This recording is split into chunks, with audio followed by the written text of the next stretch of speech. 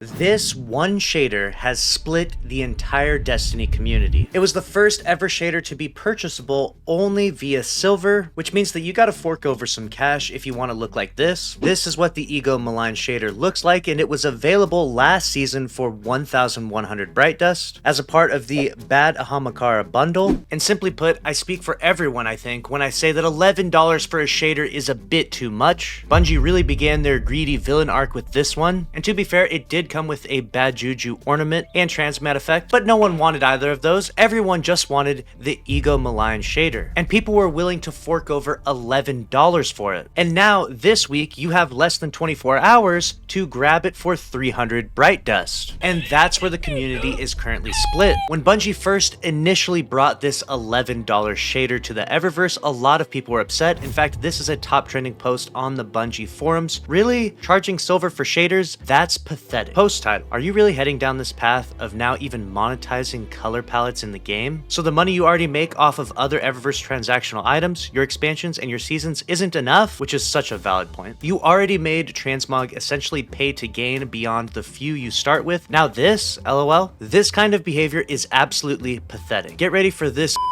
to be the new norm come 8 to 12 months. Can't wait for shaders to be locked behind silver. And the last bit says, you guys deserve to face some significant financial loss at this point. Only way to humble your avarice. And so now some are arguing, hey, Bungie heard the feedback and they're now making that expensive shader for Bright Dust. This is good news, good guy Bungie. While others are criticizing it, saying, hey, if I knew that this was going to be available for Bright Dust last season when it came out, then I probably wouldn't have forked over the $11 for the shader. Side note, am I the only one that also feels like it's especially deceptive to put the good shaders in Eververse? Ego Malign is one of the sickest shaders in the game. It makes everything have a bone-like look to it.